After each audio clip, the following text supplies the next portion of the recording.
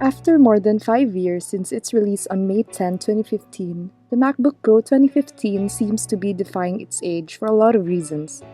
Laptops in general are usually replaced at least every 5 years because of its everyday wear and tear, and coupled with its dated specs that find it hard to run the latest programs, thus having the need to replace them. But this amazing piece of tech, the MacBook Pro 2015, after more than 5 years, seems to be doing well. So well, in fact, that I would recommend buying this in 2020, as it will still last you a few good years of great experience. And here's why, with a quick revisit and top reasons why you should buy now.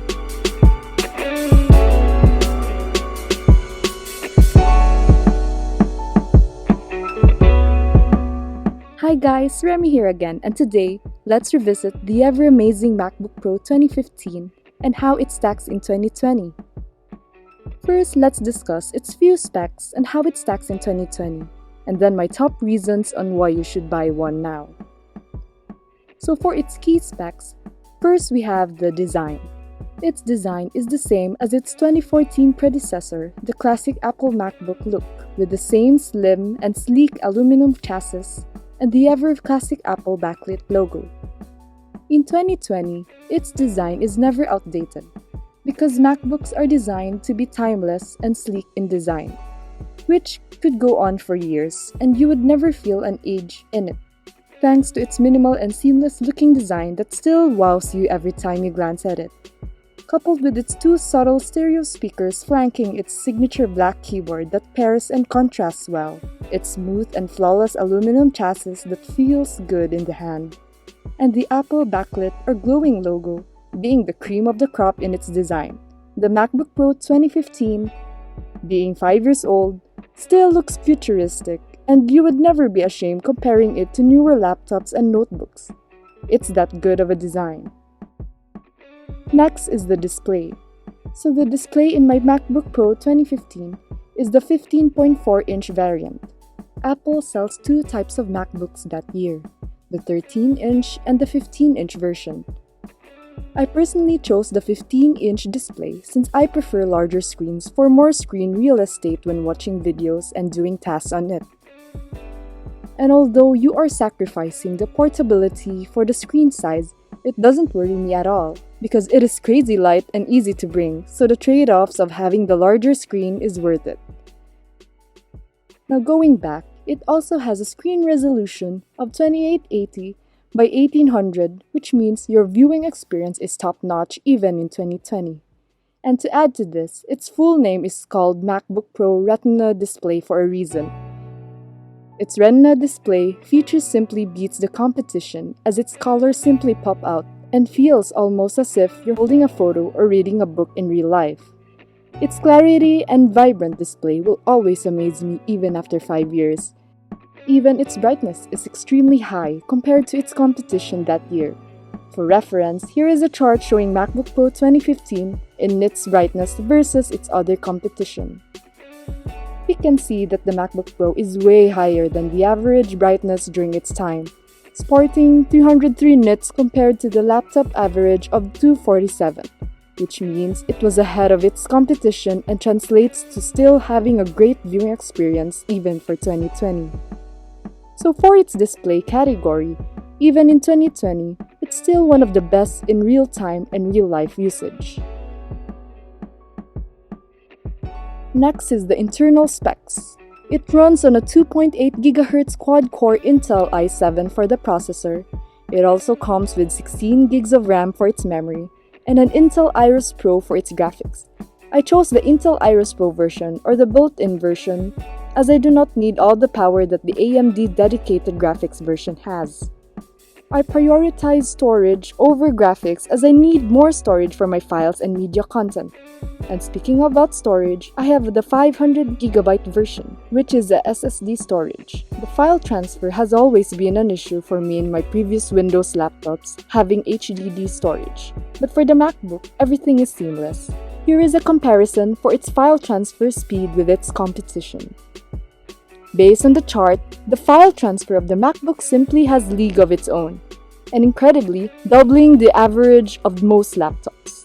This may not be crucial for some, But for others like me who is a content creator and architecture apprentice, transferring CAD files, 3D drawings, or high-resolution videos is a major part of my usual usage.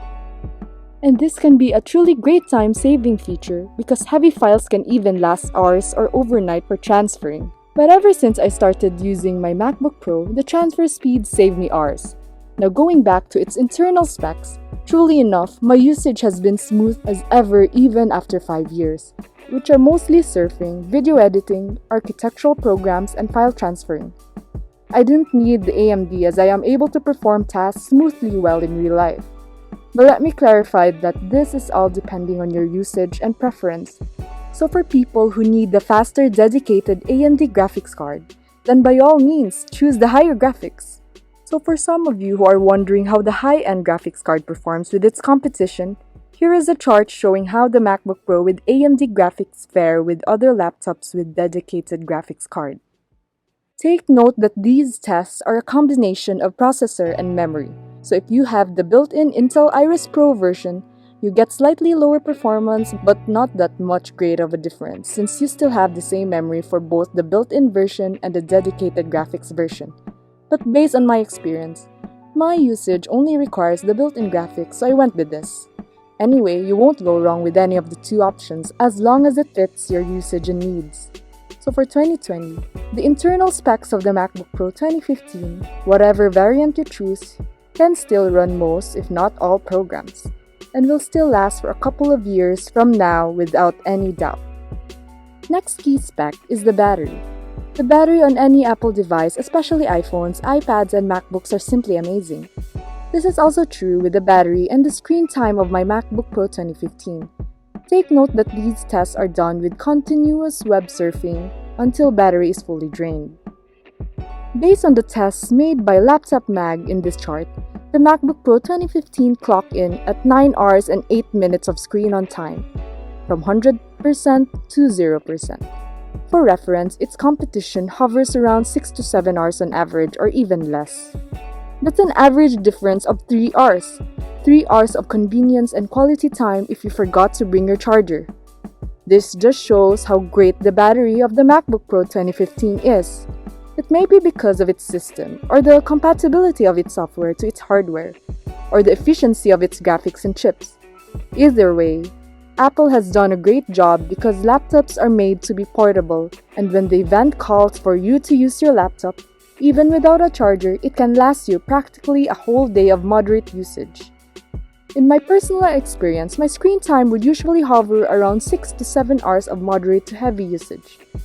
This is great given the fact that batteries degrade over time, and when you still get 6 to 7 hours of battery life on a 5-year-old MacBook, this goes to show how it aged well.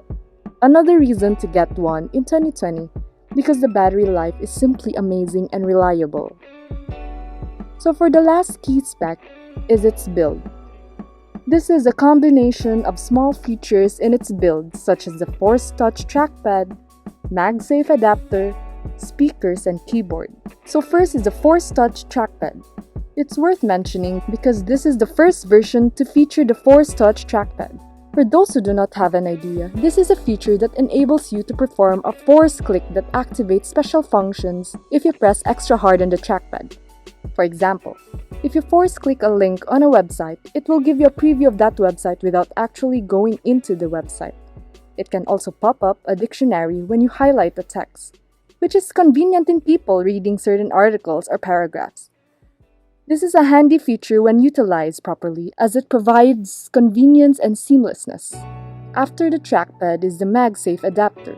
This feature is simply amazing and it's unfortunate that Apple discontinued this. MagSafe adapter is great in plugging in and out of your charger. It enables you to automatically connect and disconnect with your charger. One of the problems of chargers is the sudden tripping of your charger, causing damage either on the tip of your charging port or on the charger itself. Worse is when the charger won't take off, resulting in your laptop being dragged and falling upon tripping. This can be a very unfortunate event, but thanks to the MagSafe feature, when your charger is suddenly pulled, it will automatically be detached, causing no harm or any unfortunate circumstance. This is a safety feature I am glad that is still on the MacBook Pro 2015. Moving on, next are the speakers. The speaker on the MacBook Pro 2015 is great and is worth mentioning because in real-world usage, audio or video playback has been great, and that's largely due to the great speaker quality. Speaker quality will be a make or break feature, and for the MacBook Pro 2015, the speaker quality is great and needs recognition. It might be an extra, but certainly a good one. Now lastly is the keyboard. The keyboard is underrated and worth mentioning. Now I might be nitpicking, but for me, having a great keyboard is synonymous as having a great laptop experience. When you're surfing, encoding, chatting, emailing, and even gaming, you use the keyboard a lot, and this is where the MacBook Pro 2015 shines. It retains its predecessor's satisfying island keys, complete with handy functions from adjusting brightness to volume to toggling music and pulling up mission control to view and open apps. As a longtime MacBook user, the overall experience when typing is fluid and seamless. With its 1.34mm travel and 56 grams of actuation or required force, my whole typing experience have been nothing short of amazing. And it also helped me get through typing large essays and term papers. The ergonomics on this one simply makes you love typing and working, and this for me is a great bonus. A machine that enables you to enjoy work is for me a great deal maker when choosing laptops. So that sums up my build key spec. So guys, after we have discussed the key specs of the MacBook Pro 2015 and how these specs stack in 2020, let's now discuss the top reasons to get the MacBook Pro 2015. The first reason is the price. Now I know this will be the main make or break reason when choosing a laptop, and thankfully the MacBook Pro 2015 has been more affordable than ever. Since Apple isn't selling any more brand new MacBook Pro 2015s, you can get a used one on eBay. Just make sure it's in mint condition and without any sort of defects. On eBay, for instance, the prices range around $850 to $1,100, depending on the variant and specs you choose. This is quite affordable, comparing it to its original price of $2,500. That's a difference of $1,500, give or take. That is a huge discount, given you still enjoy most of the features without too much compromise because of its age. The positives outweigh the negatives, and given the price of one now, it's reasonable to get one now. The second reason to get the MacBook Pro 2015 is obviously its tons of essential ports. Newer MacBooks are going on the minimal route and having less and less ports. In this instance, I would always value functionality, and having enough ports is essential for me. The MacBook Pro 2015 has two USB ports, giving me an extra one slot when I plug in my wired mouse on the first USB port. This MacBook also has an HDMI port, which I can use in projectors and in my various presentations, or simply watching videos on a bigger screen. Another essential port is the SD card slot, which is a lifesaver when transferring files from my DSLR camera to my laptop. It is very convenient to just plug the SD card directly to my MacBook and transfer files immediately. And last of the essential port is the headphone jack. I personally prefer wired headphones, and it's good to still use it in the MacBook Pro 2015. It's a nice feature to have because I personally feel that audio quality in wired headphones are much fuller and rich and has a superior sound quality, especially when used with high quality ones. The third reason is the seamless ecosystem. Now this only applies to people also using other Apple products like iPads and iPhones. I personally have the iPad Air 3 and previously owned an iPhone, and the ecosystem of Apple simply is unmatched. What it does for me are wonders in terms of file transfer and sharing. In a simple click of the AirDrop, I can send multiple files in only a matter of seconds, being able to be more efficient with my work and time. No more hassle finding compatible wires. As I mentioned, this is only applicable to people owning other Apple products. If you don't have any, disregard this reason. But if you have one, then this is another reason to get the MacBook Pro 2015 to enjoy the unmatched ecosystem fluidity and seamlessness of Apple. The fourth reason is the value you get. As I mentioned on the first part of this video, the specs can still compete with the latest and greatest out there. It may not be the best now, but it certainly can compete. Taking into account the price you buy for this over the features you get, the positives greatly outweighs the negatives, and simply buying this saves you tons of money than buying newer and more expensive ones. But you still get the ultimate MacBook or laptop experience. In simple terms, it's one of the best deals out there, and the best bang for your buck. And it is for me another reason to get this MacBook. The fifth and final reason is the resale value. Apple products are known to have great resale value because of its brand and premium products, and this MacBook isn't an exception. In the event you would want to sell this laptop to upgrade, you would still get great returns, and the amazing part is, Apple products are far more easier to sell. So it is a huge reason to get this laptop because laptops are investments. And when you wish to sell it or trade it in, you won't lose a ton of value because again, it is great in resale value and if not the best.